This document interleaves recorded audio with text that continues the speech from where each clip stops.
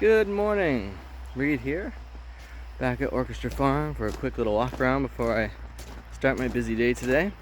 And today I want to chat with you about intonation. You know, the sound quality of our voices. And in particular, and related to parenting, but also just related with getting along with different people. You know, we all develop certain tonal qualities in our voice depending on our life experience and situations that we find ourselves in. And my wife and I have noticed with our own parenting style over the years that we've put a lot of attention into the intonation of the voice. Now, if you're a parent, you'll probably relate to children fussing, and we found that we do our very best to never give our children anything they're asking for while they're fussing. And obviously, when they're very young, you have to have a little bit of leniency with this, but to endlessly work on it. I mean, it's when they're tiny, it seems ridiculous how often you have to repeat yourself about this.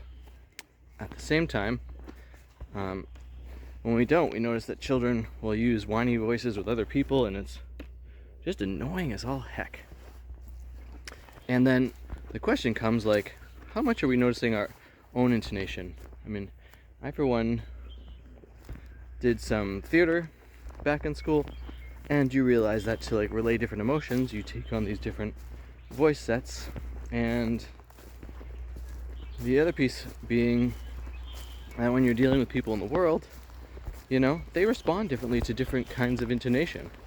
And so I'm sure that everyone's experienced a person with a lot of gruff intonations, and they come across as being angry or upset or displeased frequently. There's shrill voices that are just kind of grating on people in general.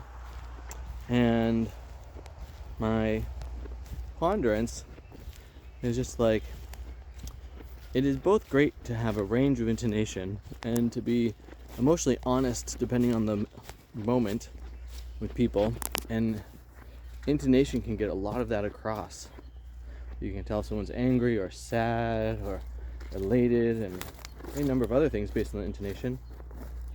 And if you haven't considered that, then what can happen is when you're communicating with your kids, there's a potential for them to hear your intonation, and by not having it brought to mind and highlighted for them, that they imagine it's just perfectly okay to speak in whimpers and fussing and all this other maddening reality. And so I'm asking you, what do you use to reflect on your own intonation? And how do you work with your intonation to better improve a situation or to set a boundary? For me, I have a big dog voice. Go home! And, I've used that with dogs and had my eldest daughter around when she was young. And I explained to her, I'm like, that's my big dog voice. And I will use this with other people to let them know, I don't need anything to do with you. And it doesn't have to be overly loud when you're dealing with a person, depending on the situation. But just that intonation in the voice lets people know, I don't want to be screwed with. Get away from me. Don't make this into a bad situation. And it seems like it does fairly well with that. Mind you, if I use that voice all the time, no one's going to want to be my friend because it's in general not a nice thing to deal with.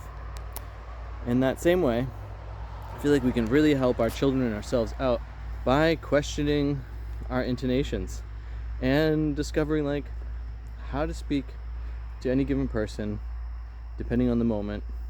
And this interrelates with having friends. You want friends, in my opinion, who have a range of intonations so that you can use those subtleties to communicate about things when you're in different situations, to both have more fun, stay out of trouble, catch each other when you're becoming unbalanced, And in an ideal world, we help each other self-regulate through those things. Another topic to come up later on is body language. And it's one of those wonderful things that we all do, but we don't necessarily put our mindful attention into it, and it can have dramatic effects. Thinking about people out there who have resting bitch face. You know who you are, or maybe you don't. But it does change how people interact with you. And so remember that, like, the world is a stage, and so we're all actors upon it. When you take conscious steps to be an actor in it, and when you do, it's my experience that your life can flourish more, because you realize that you are on stage. People are watching you. People are paying attention to how your performance is coming across, and will want to or not want to interact with you based on those things. So with that, let's use our intonation to create situations where we can have too much fun. Thanks for watching and subscribing. I super appreciate you guys clicking on all those little bits. I already said I had too much fun, so enjoy.